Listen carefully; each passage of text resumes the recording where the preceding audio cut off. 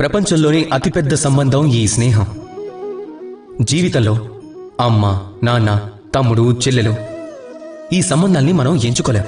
ఎందుకంటే ఇవి జన్మతోనే మనతో పాటు వస్తాయి. కానీ స్నేహం ఈ ఒక్కటే అలాంటి సంబంధం. దేన్నైతే మనం ఎంచుకుంటామో, దేన్నైతే మనం చేస్తామో, దేన్నైతే మనం పెంచుకుంటామో.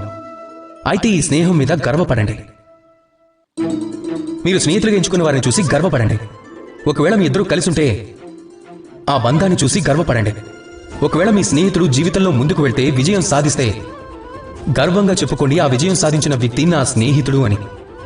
ఒకవేళ ఏదైనా కారణంతో ఆ స్నేహితుడు వెనకబడితే, సమస్యల్లో ఇరుక్కుంటే, అప్పుడు కూడా గర్వంగా చెప్పుకోండి. అలాగే ఆ స్నేహితుడితో ఐక్యంగా నిలబడండి. ఆ విధంగా ఐక్యంగా నిలబడి ఉంటే ఆ పరిస్థితి మంచిదైనా కావచ్చు, లేక చెడ్డదైనా కావచ్చు. అదే మనిషి ఎదుర్కొనే అతిపెద్ద పరీక్ష అవుతుంది. ఇక ఎవరైతే ఈ పరీక్షలో ఉత్తీర్ణత సాధిస్తారో అర్థం చేసుకోండి, ఈ విపత్తు తన జీవితంలో ఎప్పటికీ తిరిగి రాదు అని. అది అతనికైనా కానీ, అతని స్నేహితుడికైనా కానీ.